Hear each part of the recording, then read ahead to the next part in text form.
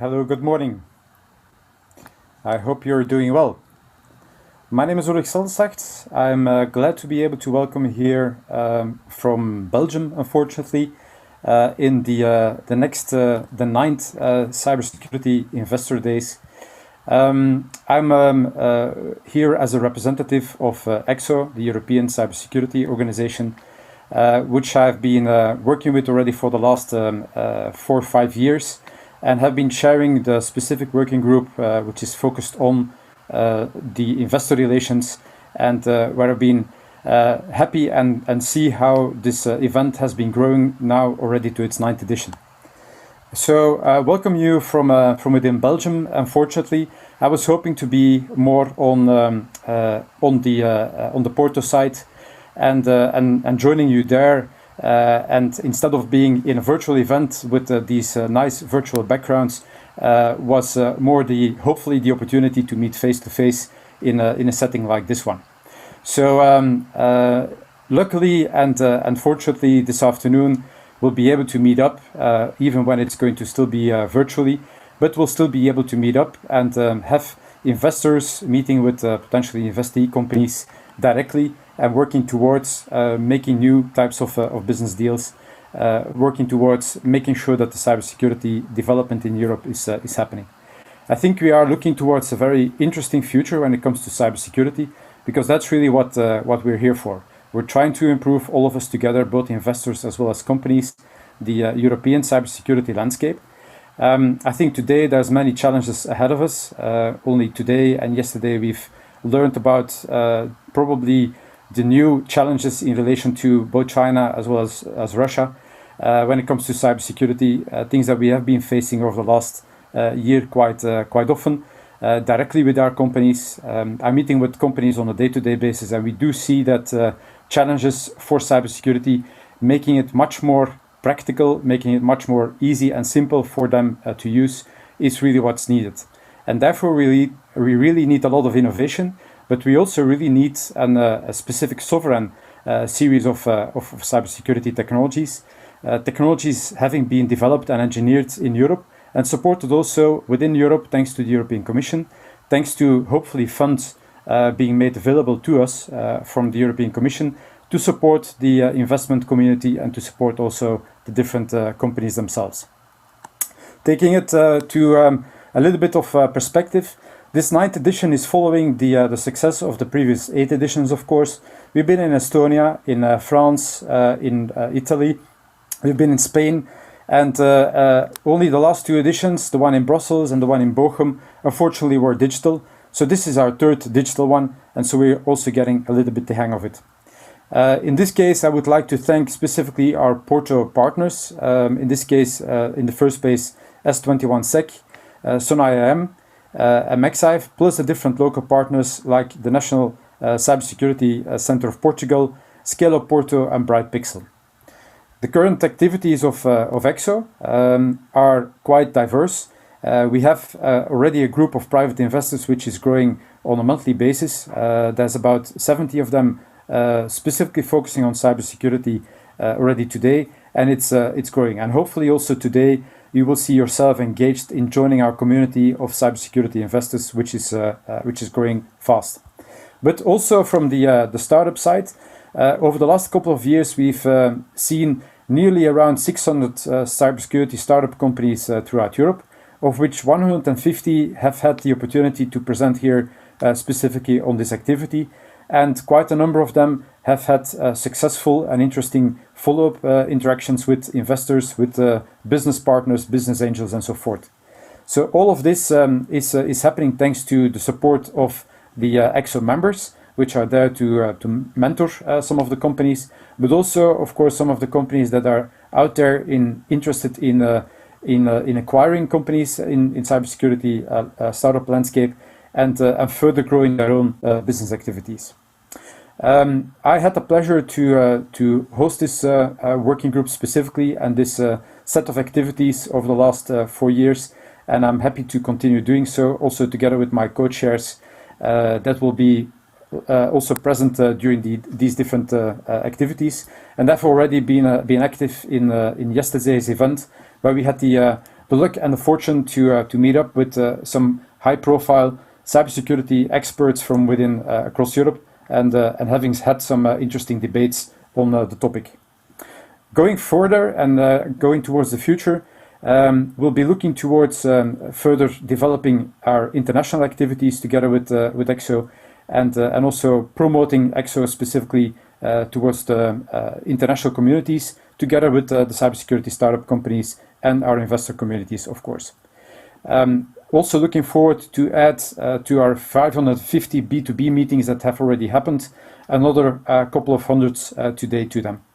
Today we have over 150 registered attendees, and I think today's session as well will help hopefully guide us to yet another interesting group of new cybersecurity startups and ventures towards the future, and hopefully will also support those of you that have interesting ideas to join us in endeavoring Europe's cybersecurity future.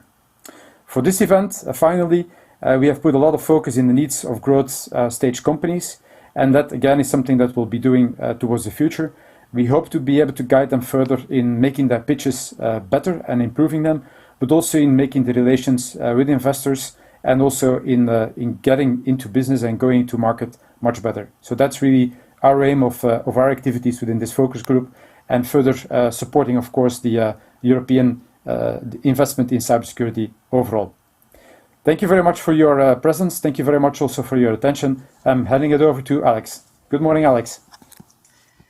Good morning, Ulrich. Thank you very much. Thank you very much for your kind words. I love it because it was, I was going to do an intro, but Ulrich was so enthusiastic about the second day that he went like all ahead, which it was brilliant. Thank you very much. Thank you very much for your kind words. Very good introduction to this second day of the 9th Cyber Investor Day. So just to complement what Ulrich just said, I want to give you a little brief overview of what's going to happen today. So we're going to have the startup pitches today. So I'm going to briefly introduce the judges that are going to be judging the pitches. Just as a reminder, the pitches are going to happen closed doors. So we will disconnect the feed eventually, and we will reconnect at noon Central European time. Meanwhile, with us, we have connected all the startups and all the investors that are going to be judging the startups. But be aware that after the reconnection at noon Central European time, we will be listening to the panel on the challenges of how to scale up startups in the cybersecurity space in the region and internationally. And another kind reminder for everyone is, especially for our investors connected now, is that the B2B platform, the one-on-one meeting platform, is still open. So you can still get your meeting with the startups either now, or as you keep hearing the pitches, you will still be able to set up a meeting with them. So please do that if that's the case. And I believe that's all I had to say. And without further ado, I want to welcome you all to this wonderful city that is hosting, even if it's virtual, this wonderful event, the city of Porto. So please see this wonderful video of what we are all missing by not being there.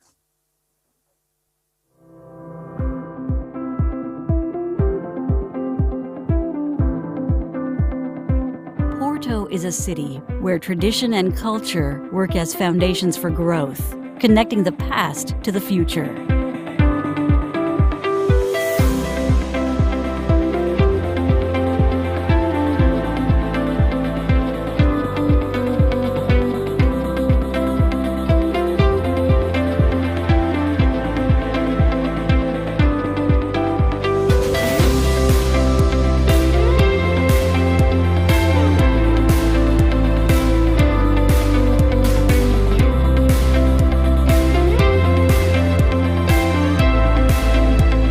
There is an ecosystem in place where the city is a central hub, facilitating the connection between stakeholders that get together to support new, innovative companies to be created and to scale up.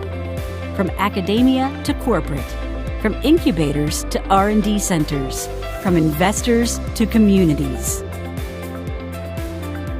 Here, technology leverages on knowledge and enables a better quality of life for all. the city becomes a living lab where challenges from the everyday life are addressed, keeping in mind where we want to see ourselves and how we want next generations to live. Dozens of national and international tech companies have chosen Porto as their home for its work-life balance, good accessibility and infrastructures, uncommon safety levels, great weather, the strong pool of talent, and a vibrant culture. As we seek opportunities for our entrepreneurs, we are fully aware of how relevant and strategic it is to cooperate in a wide national and international network of partners. And Porto is strongly committed to the movement for an interconnected Europe where we can have a sustainable, competitive tech ecosystem with opportunities for all, creating a place where people enjoy living and working.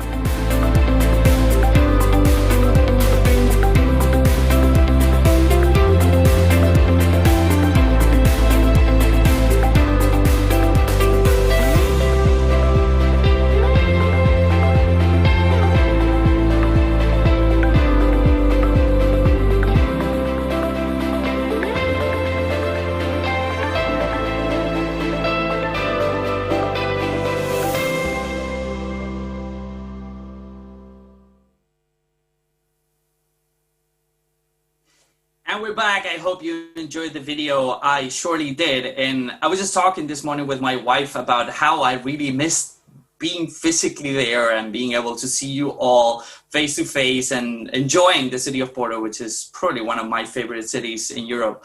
But instead, you have me and this wonderful event that we have that I hope you enjoy. And I'm going to, when we do remote events, one of the things is that it turns like some kind of like spirit world connection. So I'm going to call now the spirits. So I'm going to ask our judges to please, all of them, switch on their cameras so we can see their faces. And I'm going to introduce you all to our judges. And let's start with our first judge. So please, a big virtual applause to Dirk Seewald. He's the partner at eCapital Entrepreneurial Partners. Dirk, welcome on board. Good to have you. There we go. This is much better. I can see your faces now.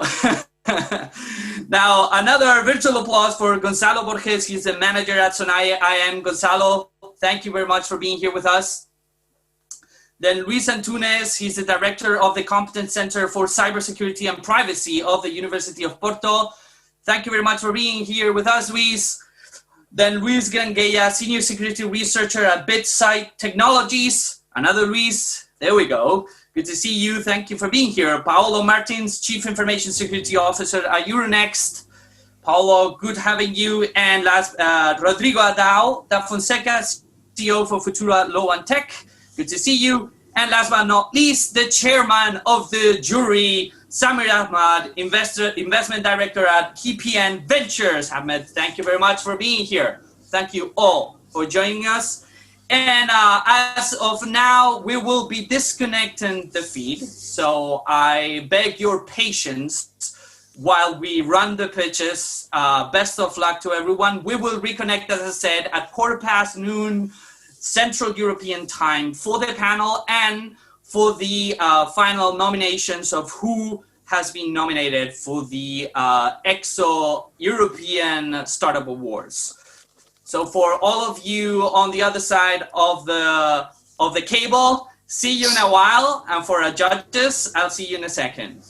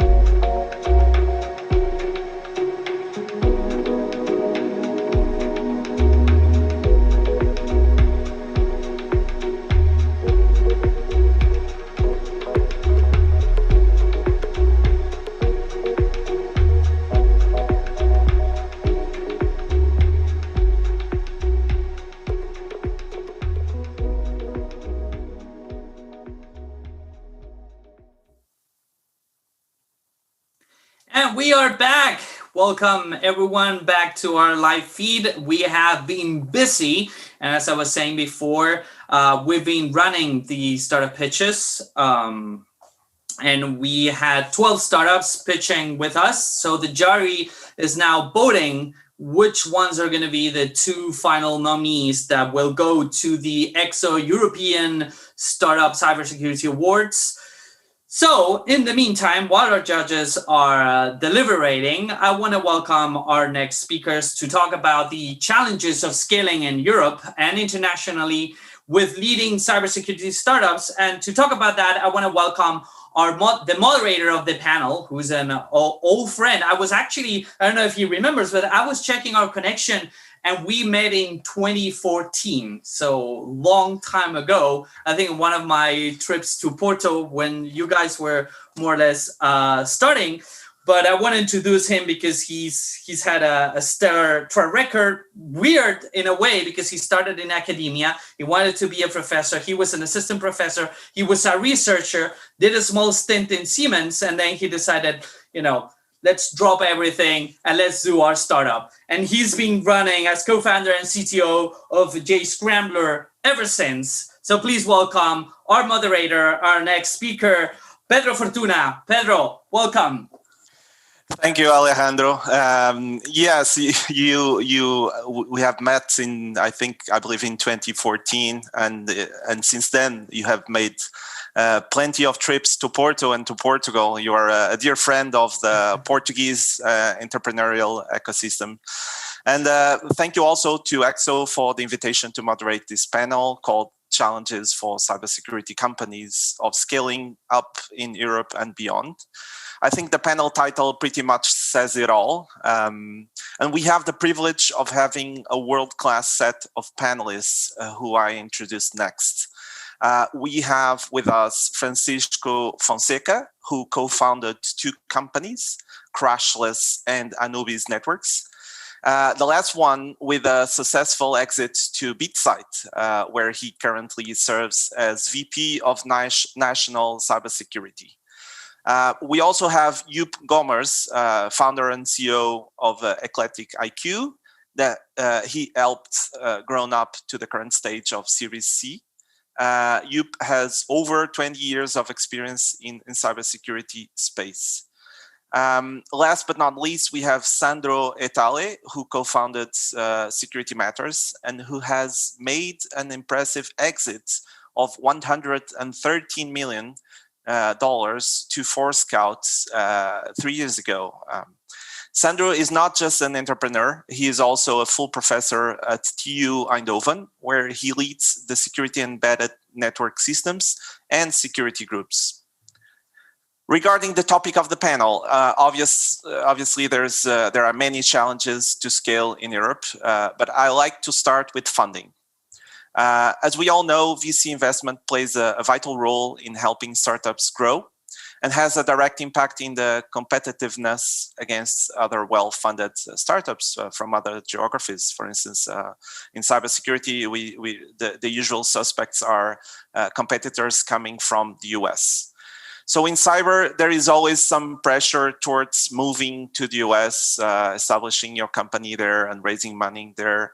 But in this case, none of our guests today raised money from the US. So I think this panel, for that will also be interesting for that, because we want to hear how they made their choices along the way. So I'll start with a question for Sandro.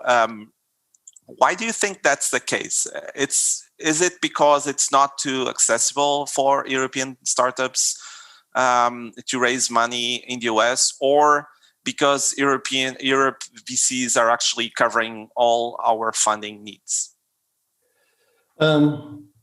Yeah, it's a very complex question. It's difficult to raise money in the US if you're not a US company. And you mentioned the competition from the US, but I would also mention the competition from Israel, where they have a funding for cybersecurity company that is amazing. In my time, that is 5 years ago, 6 years ago, when I was raising money in Europe for cybersecurity, it was also very, very difficult to find VCs that had a hearing for cybersecurity. In Europe, there are only very few VCs who are specialized in cybersecurity. Now, what we are seeing is that normal software VC are also considering cybersecurity. But cybersecurity it's a difficult topic to sell, and will remain a difficult topic to sell. So they are a bit more reluctant than American or Israeli VCs. Unfortunately, we don't have answers to that unless we move to the US. That's what happens in practice. Thank you. Also, another thing which is interesting is that the overall amount of investment in cyber in Europe has grown since 2016, but actually in the last 3 years it has stalled.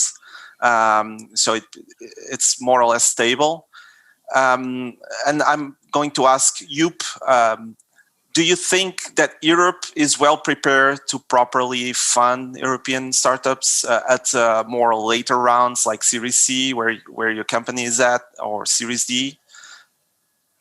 I think what we've experienced is, well, maybe first the kind of a myth of European VCs pay less in terms of valuation than the, let's say, US VCs. And I think corrected for growth rate, I think we see that's not so much the case. I think there's not just a lot of capital available, but most of the valuations corrected for growth rate are quite fair.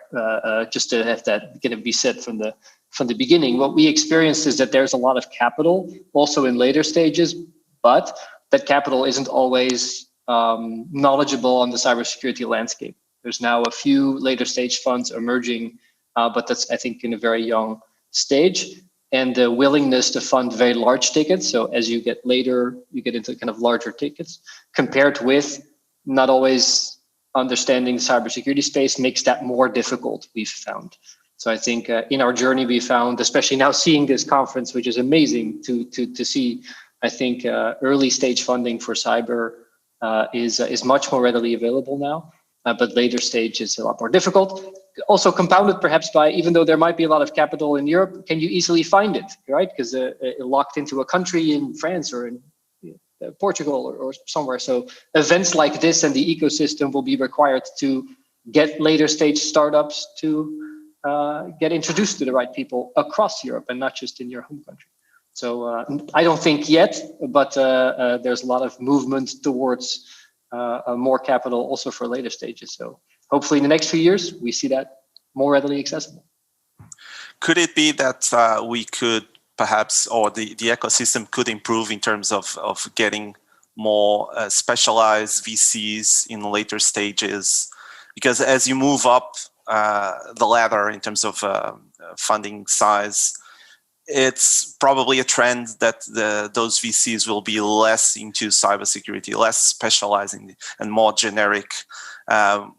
What sorts of things that you think that we can do, apart from events like this, of course, to push further, to push forward the knowledge and the specialization of funds investing at later rounds in cyber? I think just practically, let's all be more successful and have a larger body of startups and scale-ups, right? There aren't enough cybersecurity companies growing up in Europe to warrant a lot of late-stage funds either.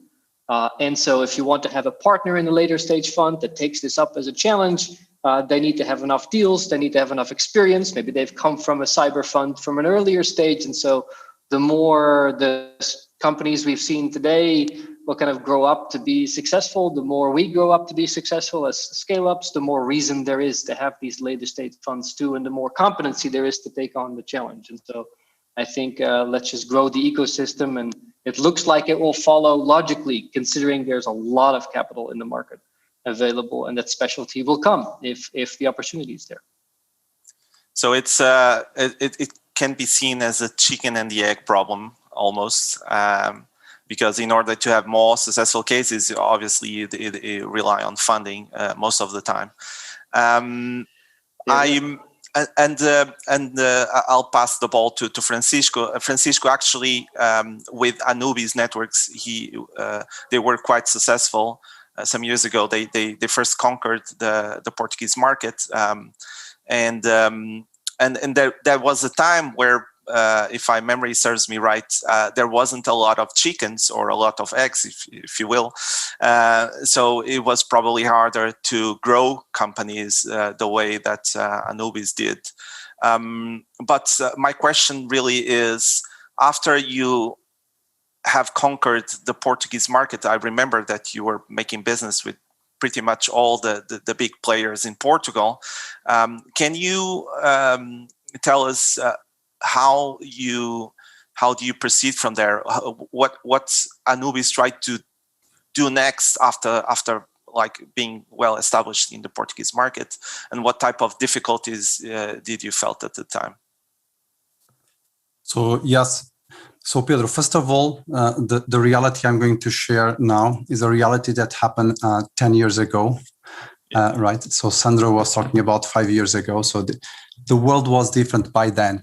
So it took us 2-3 years to conquer the Portuguese market. So we had the biggest companies during that period. And then after that period, of course, to grow, we need to go abroad. So why we did that?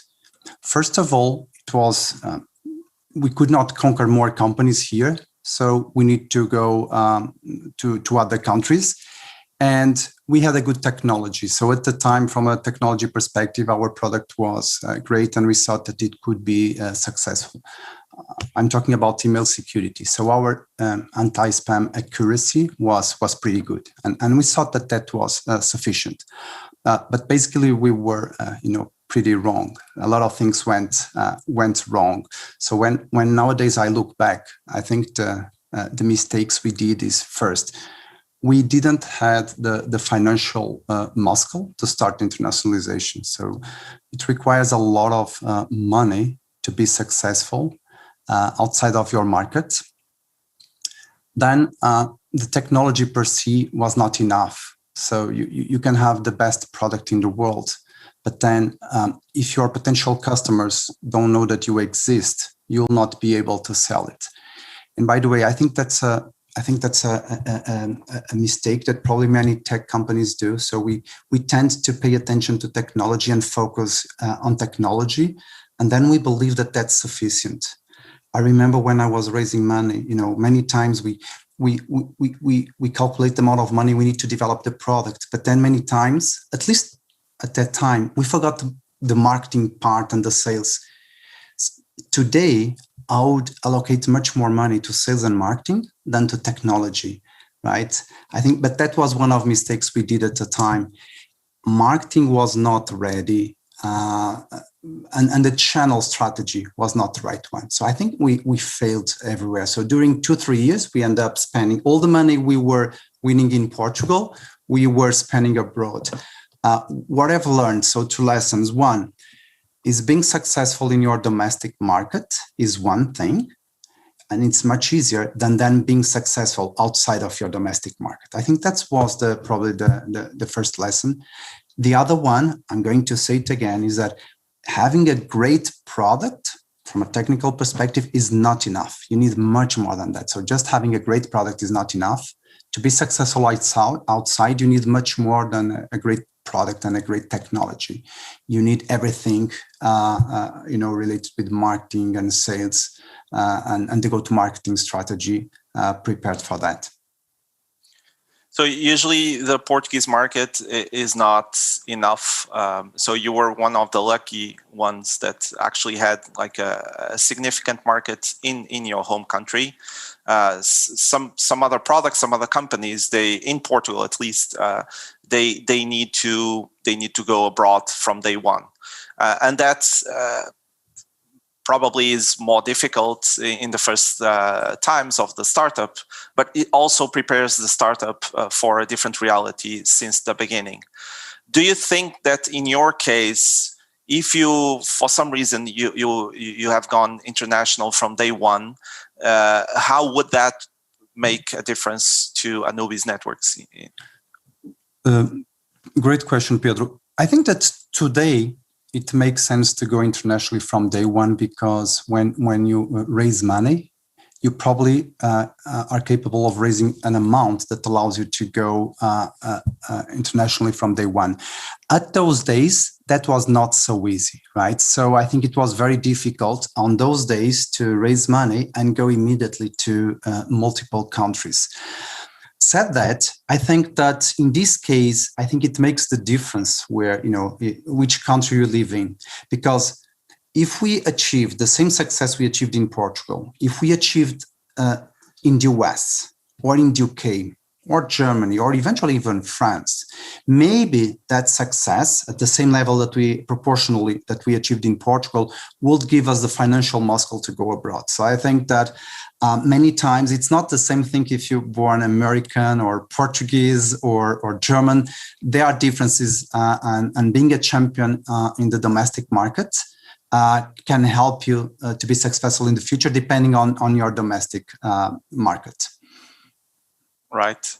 And I was talking the other day with Sandro, actually, and this reminds me that he was sharing with me that for security matters, actually the very first big sales were in fact in the US, which is funny because the Dutch market is it's somewhat big. It's big enough for at least doing the initial sales over there, the initial big sales over there.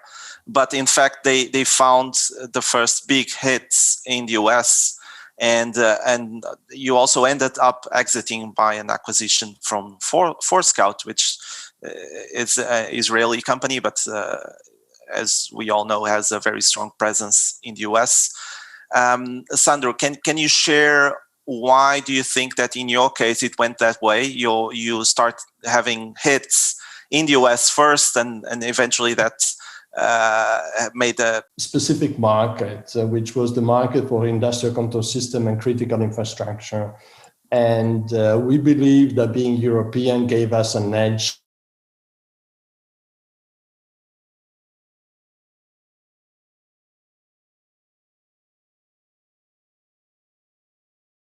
Recording in progress. There was actually no comparison at all. Americans are early adopter. If they like your technology, they will buy it. The Europeans have much more a wait and see attitude. Moreover, in the US, the US were the first to adopt the NEXIP regulation, which was demanding monitoring for industrial control systems, and that gave us a big boost. I think that there is, so summing up, I think that the US market is a much better market than the European market. And this reflects also in the evaluation. If you grow in Europe, you will sell less and your evaluation will be lower. That's what you was mentioning, and that's perfectly logical. I think, however, that in the future, there will be a specific market for European companies. And we have seen a pitch of a startup, the access control one. I forgot the name because I came in late. And access control is very much a regulated area. And I think that European companies will adopt European solutions. There's a tendency for European governments to move from US-based solution or Israel-based solution to European-based solution. So I think there will be a new market for this, but it will take years and it will never be a fast market, let's face it. If we want to have a company that doubles up every year, the US is probably the better place to be. And it's also perhaps important in the long run for European companies to give some stimulus to incentivize doing business in Europe. So obviously most of our companies they go to the US because the early adopters are usually there. In your case, there's the regulation angle, but it's also important to make business in Europe. Not only because governments are demanding, but also because the industry is demanding that as well, or should be demanding that as well.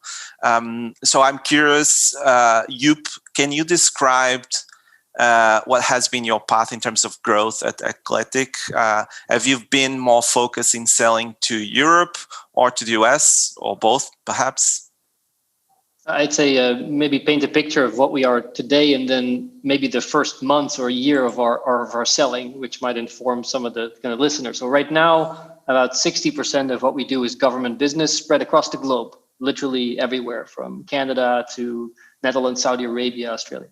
The rest is enterprise, equally spread across the globe. That doesn't mean we have a go-to-market everywhere, but our customers currently are spread everywhere, and we're quite a young company. But when we started, we were selling to large government and large enterprises, or our product was suitable for governments and large enterprises. And we knew, just like you're kind of describing, if you're a very early product or maybe even pre-product, there's a goodwill required for an organization to work with you, or there's a risk taking involved of working with an early product. And so what a buyer is looking for is a reason to give goodwill, meaning if he gives goodwill, there's prestige in a local market, or there's a stage at which he is celebrated to give you that kind of goodwill. And so the more we build this ecosystem, the more people will want to take that risk. And on the other side, you have to bring some credibility either on competence or your network as you kind of bring your product in. And so what we did early on, and with we, it was mostly myself and maybe a technical person with me, and later my first salesperson, which would never go out in the field alone.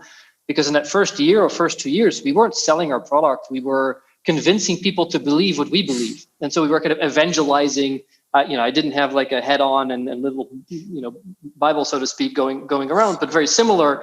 I was kind of evangelizing. This is what we believe. This is why we're credible. Forget that we're building a product. I just want you, CISO of HSBC or head of intelligence unit of this country, or just hear us out, start to build this credibility. And so as our product was coming up, we've built some credibility and some network and some reflection. If somebody would take a risk, there was kind of the goodwill was celebrated by us and the people around them. And the credibility we've built up allowed them to feel comfortable with kind of trying our product. And so our journey began initially already very internationally. Then from a go-to-market perspective, yes, we did start at our home base in Amsterdam, selling across Europe from the beginning, very consciously, because we were also selling at very large enterprises. So we had to sell to the top, maybe 50 enterprises of each country. And we just flew and drove and went to all the places to make those initial sales ourselves, to learn from the market, and in our vocabulary, to land at a place so we would learn enough to build a go-to-market plan to expand our business in the region. And so we would never kind of sit in our ivory tower and think, we're going to go into Germany. Let's write down what it takes to go into Germany, and let's hire our first German sales director, without having felt and tasted and spoken to prospects and customers to know kind of how we would go about doing that. And so we started in Europe, then we built a team in the United States, and we started building partnerships in the Middle East and in Asia Pacific. And now we're on our way to see, have we learned enough to establish a team there too, without being too wasteful? That said, we've been plenty wasteful in our journey. And so we started as a direct selling motion. We thought we can accelerate this with channel. So we built a whole channel capability in the places we were. Giant waste of time. We found channel partners can't evangelize like we can just yet. Our product isn't ready for it. And so we kind of burned quite a few €100,000 on that and went back to selling ourselves again. But if I can give anything, it's don't give the job of selling initially away to a salesperson. fulfill your role as an executive and leader and evangelist and convincer and credibility builder together with your sales staff initially. If that means you're on the road a whole year, you will be on the road a whole year. But don't waste that opportunity by thinking your product will sell itself. Very much to what was just said. Awesome. I think selling to governments is a very specific ball game. You have to build you have to grow first and build a reputation. Because if you are under a certain size, you're not even like on their radar at all. So it's usually not the first step for people in cyber. Usually you start with enterprise, like you said. And you gave us some insights about selling to enterprises in Europe. But what else? So right now, you mostly mentioned going on the road. So right now, due to COVID, that's not a real possibility. All the trade shows have been canceled or gone remote, etc. What other insights can you share for companies that right now are out there hustling and trying to sell to enterprises in Europe and having some difficulties because they are not big enough yet, so they have a small reach in terms of marketing and communication and evangelization, but they still have a good product to sell and to push, and they're facing some difficulties out there. I would say think beyond a product market fit, as in what your product does for the organization, and think about what motivates the buyer. So for example, on the government side, we experienced you didn't have to be so mature as long as you knew what was driving them. So in our case, it was the NIST directive, which was all about sharing intelligence in Europe. And there's other directives now coming out, or guidance now coming out from the European government towards other countries, motivating them to do certain things in security. And if you speak the right language that they understand, you can be at the edge of implementing that strategy, which more mature companies will not be. And so you will get a seat at the table. You can speak to these governments. Maybe the deal is small, but there is a way in if you try. Of course, that's a generalization, perhaps not for all products. But on the enterprise side, we found most security buyers are buying careers is the right way of saying it. But somebody is responsible for a team. They come into their job, they make a few purchases, they implement their strategy. A few years later, they kind of move on to the next position, or are promoted, or go to another place to do the same thing. And so most buyers are motivated by making the right choices, looking well in the organization, executing on a strategy they already have. And so if you're going in trying to sell your product and what you think the product will bring, turn that around to think, this buyer is there for 6 months. You need to know what his plan is, what is going to make him successful. And the moment he feels that you can help him to be successful in his role, and you can take away the risk that he's going to run working with a smaller company with his career, as he just took his job at Credit Suisse or, whatever, Bank A or Bank C, build your narrative around that. My current CRO has a name for it. He calls it maniacal focus. Don't boil the ocean. Spend a year on 7 opportunities, but then close them is a lot more valuable than spending a year on 200 opportunities, but you're not positioning yourself in a way and setting yourself up for success. So I've really learned that really understand what drives the buyer, not buyers, John the buyer at this bank, and then do everything you can to meet his needs or her needs, and then incorporate it into your product. You can repeat again. And there's enough lessons to share on actually building a go-to-market and doing it at scale, but it starts small, which is build your brand, build awareness, build credibility, evangelize, understand your buyer, and maniacally focus until you have your first deal, kind of. And don't let go. Don't outsource it to a salesperson. Don't outsource it to a channel partner. Go out there and go do it. That's interesting, but eventually you'll need to scale yourself out there once you hit the magic formula to sell. Let's talk about talent, which is also a very important factor in scaling companies. I have a question for Francisco. I know that, or I believe that Anubis founders all came from Vodafone. So they were in the telco industry prior to founding Anubis. Europe and Portugal in particular is quite strong in telco. So initially, I believe that Anubis was navigating this space quite easily because you had the knowledge. Portugal has the talent in that space as well. Europe has the talent in that space. But eventually, I believe that you had to focus in other segments, other verticals. The company also grew. So at what stage did you feel that you had to go out and look for unique talent that you couldn't find very easily in Portugal locally to help the company grow? So Pedro, first of all, you are right that Anubis had a very strong Vodafone DNA at the beginning. So I co-founded Anubis with 4 colleagues from Vodafone. That says a lot. And I think that at the beginning, that makes things easier because we know pretty well, we had similar mindsets, similar ways of working. But at a certain point, I think it was like 2-3 years later, I think we felt the need to start hiring people from different backgrounds. So what we've realized is that when you have a lot of people, and by the way, the people from Vodafone were on the most important positions in our company. So basically, almost all directors came from Vodafone. And what we realized is that when you have everyone coming from with the same background, and by the way, all of them, we all grew up in Vodafone. So that creates some limitations because we have a similar way of approaching problems. We have similar lines, similar perspectives.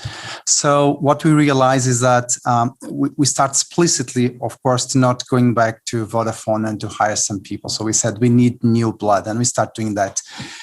I think at the time, and I think that's very related with the diversity we talk nowadays, that we tend to hire people that are similar to us or with whom we identify with. I think that nowadays it makes really sense for you to hire someone that is not exactly like you, does not think like you. So I think that was a mistake. We did it, but we were able then to attract and start hiring people from different backgrounds. It was not really related with the industry per se, the telco. It was really related from trying to avoid to keep the same mindset from the same company.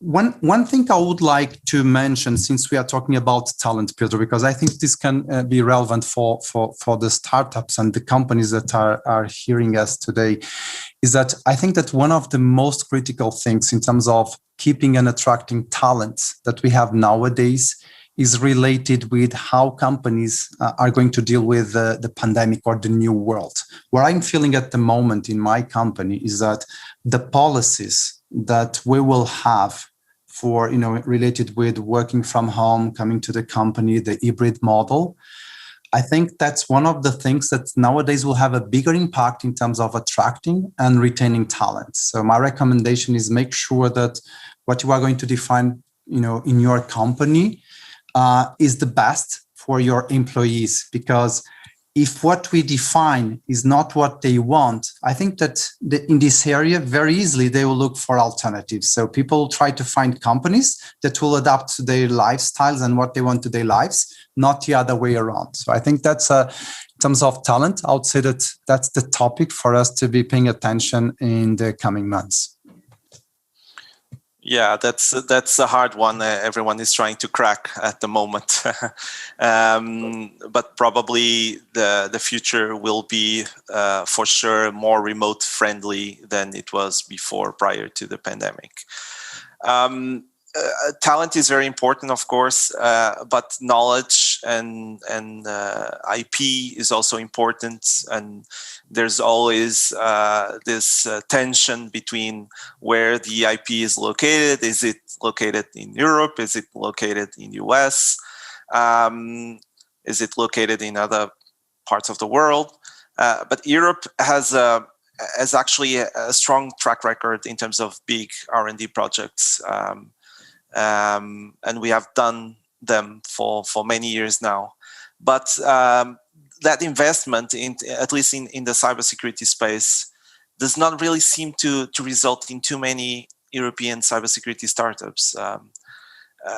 So I'll ask Sandro, why do you think that's the case? Thank you for the question. This is a very nasty one.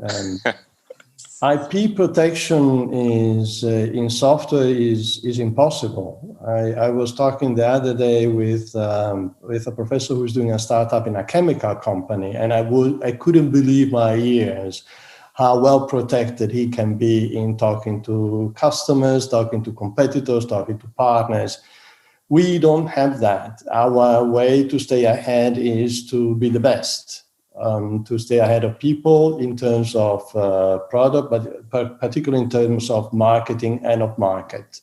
Usually when you buy a company, you buy a piece of market, and the one who buys you buys one point a technology, but if it's a later stage company, a piece of market, and if it's even later stage company, a big chunk of the market. So usually there's a combination of these things. And I think this is a very important question that founders should ask themselves. That is, given the technology, given what we provide, when are we going to sell? Are we going to sell when we are 20 people, when we are 50, or when we are 500 people? It's a completely different ball game that you are doing, and these things should be thought in advance. I'm sorry, I know I'm deviating from your question, but I also want to connect to what Joep was saying in two ways. One is, he said, you never sell a product to a company. You always sell it to someone who has an interest in your product because he has interest for himself within the company. I completely agree on that. I had presentations which are exactly on that topic. And now that we are talking about selling a company, I think it's also true when you don't sell your product, but when you sell your company. You don't sell it to Philips, Cisco, whatever, but you sell it to someone specific within that company who has interest in buying your company or letting the major company buy your company so that he can fulfill his agenda. So you have to be very open to this kind of movements within other company. You have to start a process in talking to these people. You have to understand these people. You have to understand the motivation of these people. Exactly what Joep was saying in terms of your customers. You have to do it for your acquisition. You have to go out and be on the plane, go to fairs, have dinners with them, and see what the move, what is their motivation and then at one point things happen when you build it appropriately with the right team. One last thing I wanted to chip in what Joep said is the channeling thing. I think the channel is particularly for security, and particularly in Europe, which is a conservative market, is the most horrible thing for a startup. The channels are bigger than you are, and the salespeople, they never want to sell your product because they can sell much more, but by just selling the same and the same over and over again. They don't want to learn something new that put them reputational risk. So channeling is very, very hard. And luckily now companies are much more cloud-based, much more infrastructure. You sell much more a service than a product. In our case, we had to sell a product and we had to go through channels. But that's indeed something that if you have a channel, you have to go yourself anyhow. Thanks. I know that was not the question, but I think it's We are quickly closing up to the end of our session, so this is being very interesting. I have time for a last question that I'll ask Francisco.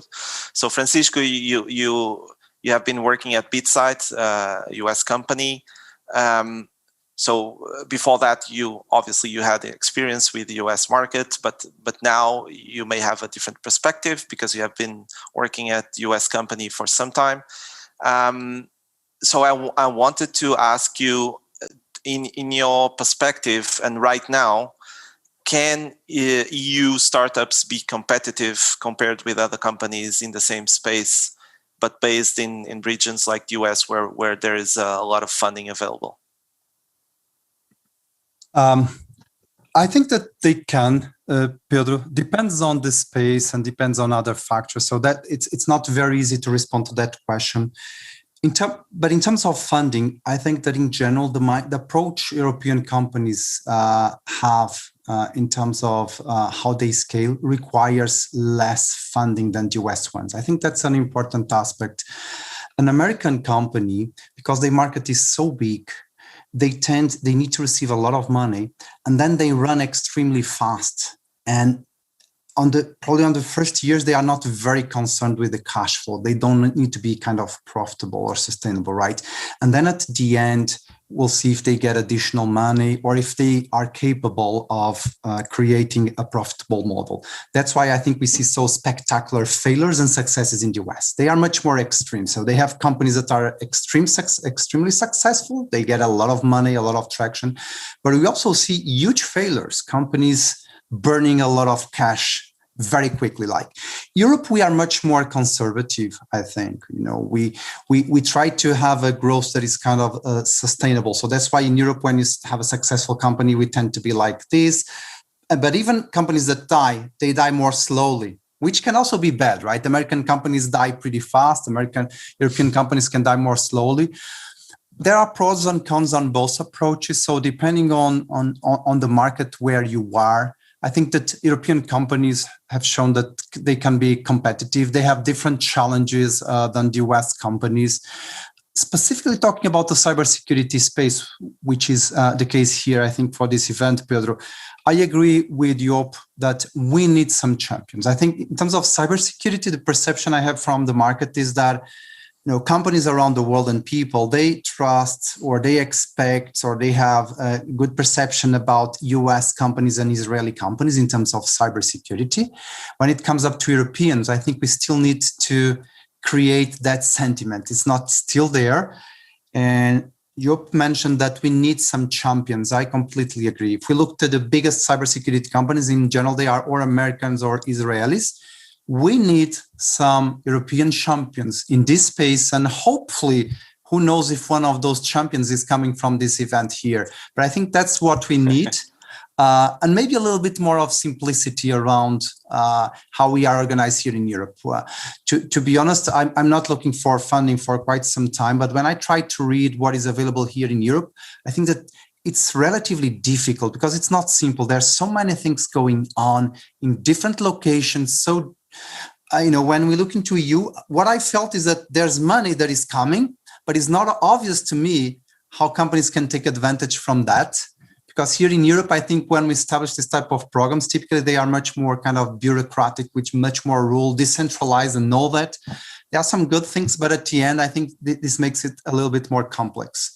So yeah, this will be my comment to your question, Pedro. Thank you. Time went fast. We are at the end of our session. I thank all the panelists. There was some wonderful insights. I feel that we could go on for many hours, but hopefully this helped some of the companies watching this session with some insights for their paths. So with that, I hand over the floor back to Alex, and thank you all again. Welcome. Thank you very much.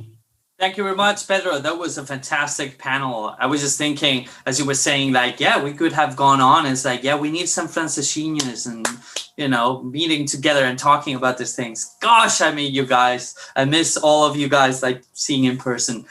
Anyhow, we already have our nominees. And so I want to welcome the chairman of the judges. So please, big virtual applause for Samir Ahmed, who is the chairman of the jury, who will be introducing or calling out the nominees. Samer, all yours. Yes. I mean, the big chair shouldn't be for me, but for all the great startups, and then also for the corporates and etc. For making time for being here. So let me first starting with that. I mean, I'm being on the entrepreneur side myself as well, and now at the VC side, but I have a tremendous respect in what you guys done. So also for today, thank you for making the time. Thank you for the great pitches as well. And I know you do what you love to do, the hard work that you put day in and day out, and also the many closed doors that you try to break open, lots of patience and the frustration that goes along with it. So yeah, thank you for your efforts, and in this case for making the world a digital safer place, I would say. Also for the other jury members, I mean, we've got an amazing jury that we had here. I know they've all had busy schedules as well. So thank you for the great input today, and also great pleasure to get to know you here as well. And of course for EXO for creating and the awareness, the building and supporting the cybersecurity ecosystem here in Europe. I mean, the last few words that unfortunately I missed the panel discussions with you, Francisco, and the rest, but some of the few notes that I got with it basically makes sense what EXO trying to do here as well, So and what people don't see, it's also Danilo and Milda it's not easy to set up such an event, especially with all the local parties, etc. So thank you for guys for making this happen as well. So looking at all of the companies, It was a tough decision, in all honesty. The pitches were really great. The companies with the solutions were awesome as well. We had some conflicts in the decision making, in being full transparent. One of them was my own role. I'm LP in one of the renowned Portuguese funds, Armilar Venture Partners, that is an investor in Wall ID. So I didn't took any voting there. There were two other members that also had some conflict there. So we chose to use a different ranking, which was based on an average in order to not, in order to make sure that the winners are justified. So I think the first one to start with, the first nominee that we end up with, it's a hot topic that they try to act on. They're addressing a really important problem and which they try to solve. And by doing that, the uniqueness in our opinion was bridging between DevOps and SecOps. And also in the size of the market that they are acting is really attractive as well, also from an investor point of view. So congratulations on behalf of the whole jury to Probably for as the first nominee. After this, you're open with other members to have a short your own take on it. And the other one is. It's easier for you guys to guess, but it's especially the way they try to tackle it, the biometric authentication, and also the device independent solution that they try to bring it makes it really innovative approach in a market that historically the efforts was been more on tackling it locally. And with their approach, kind of touching it on a different way of view that we think could be a winner in this category. So congratulations on behalf of the whole jury to Keyless as well. Yes, Alex, maybe can you give the floor first on Probably and then to Keyless? Well, I believe we had, there you go. First of all, congratulations to both of them. And I can only imagine how hard that was because I had a hard time myself, and I do a lot of this judging. We're actually running right now massive judging competition. So I know how hard it is. So congratulations to both. I saw very good pitches. Like I was honestly impressed, and as Samer was just saying, it's hard sometimes to get people off their horse, their heads down, working on the startup. Especially a lot of the startups we had are deep into the deep tech space, which is a lot of research, a lot of focusing down and doubling down. So congratulations to all for the effort, and to the jury for the selections. Sadly, we cannot put them online because we had some technical difficulties with one of them, but I know. But that being said, they're going to be around in this afternoon. So any investor that is willing or that wants to talk to them, feel free to do that. Also, I'll just make use of this space to remind people that the platform is still open, that you can still connect with them and have a one-on-one chat with them. With that said, Samer, thank you so much for your voting, for your coordination, for I would say for your disclosure on the conflict of interest. And I'm gonna break a limb here. It's rare to nowadays see that. So congratulations of those of you that recused yourself because of conflict of interest. Is sadly not the usual. So thank you. And without further ado, because he might come on board before I finish, so I want to welcome our last guest speaker to give some closing words. So please welcome our fantastic chair for the EXO Working Group 2 and the CEO of LSEG, Big Virtual Pros, to Ulrich Sauderschatz. Ulrich, thank you and welcome back. Yeah, thanks, Alex. I've enjoyed your hosting so much over the last 2 days. So energetic, so enthusiastic, and so enthusiasm is really dripping over to this side of the pond. And as you can see, I've returned back to Brussels. Unfortunately, I was getting actually used to virtual Porto. So now in such a way that I'm actually really I'm having the intent to go there and to come over there still this year.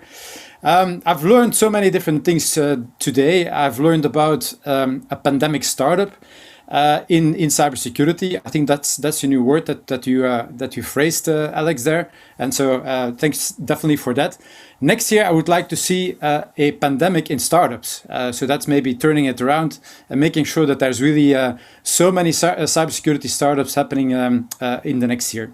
So I would definitely like to thank also, of course, the jury. My good friends from the different working group 2 activities, at the same time also those very professional investors, as you pointed out, and especially to you, Samir, for doing this great of a job in trying to keep all of these judges in line and getting them to connect to fantastic companies. I'm sure that we'll be seeing much more from Keyless than just being the cybersecurity pandemic startup that they are. And I'm very looking forward in meeting the whole team also later on this year. And especially great and many thanks to my friends in the panel, Joep and Sandro, but also to Francisco and also the host there, the moderator, on maintaining a great and an interesting interaction and discussion. I think, as I pointed also out, I would like to see them again definitely next year, seeing how they are doing by that time, and just trying to understand if it's still the case that the US is buying much more, and so therefore we need to aim our focus, like Sandro was saying, much more to the US for selling our cybersecurity stuff, or like Joep was saying, really try to understand not only your customer, also your investor. I think those are the key messages that also we as investors are trying to bring to the investee companies that we work with. And so one of the definite key messages I understood and got from this panel is that there is definitely this space for us as investors, as venture capital, as business angels, to work with the investee companies, because all of the key learnings that you mentioned, all of these people from within the space of venture capital have learned these things over the last many years, and so they are really there to support companies. It's sometimes it might seem that they're only there for the money, but it's really for the enthusiasm and the support of making sure that new ventures can be created, and with the entrepreneurial spirit that they themselves also can bring to support these companies. So Further, I'd say I would like to thank again also, of course, the co-organizers of this event, not the least EXO, the fantastic team headed by Danilo and Milda, and the rest of the group, of course, and especially also the partners from Porto, the cybersecurity teams from Porto, and again also the co-organizers of this event like Sonayem. And of course also to all of you in attending and in participating. And as I said at the very beginning of this event, I would like to see you joining also our activities much more on a day-to-day basis. We have this great interactions where we meet on a regular basis beyond, let's say, these types of discussion meetings specifically for venturing.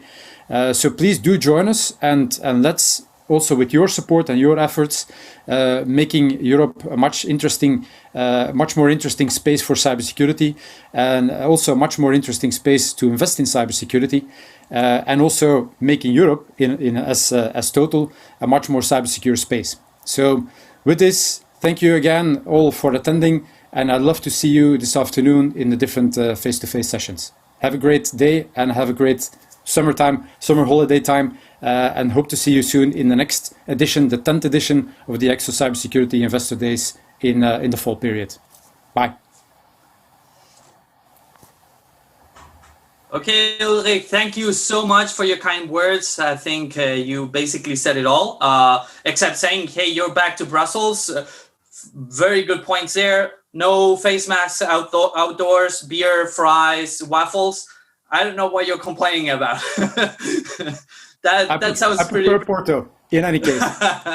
Sounds pretty good to me. Anyway, not much for my side to add. Again, congratulations to the nominees. Remind you that the Startup Awards are still running. These are the first 2 nominees of the Startup Awards, but we will have there will be at least between 8 to 10 more nominees for the final prize. So keep engaging, keep talking, as Ulrich just said. Like if we were able to fix the Boeing and Airbus situation just a day ago, we can sell stuff to the Americans. So hey, keep on pushing. Let's keep on building this industry. From my side, I hope you enjoyed the show. I hope it was interesting. And please remember that the one-on-one platform is still open. You can still talk to the startups. And from Madrid to the world, it was my pleasure. I hope you enjoy. See you next time.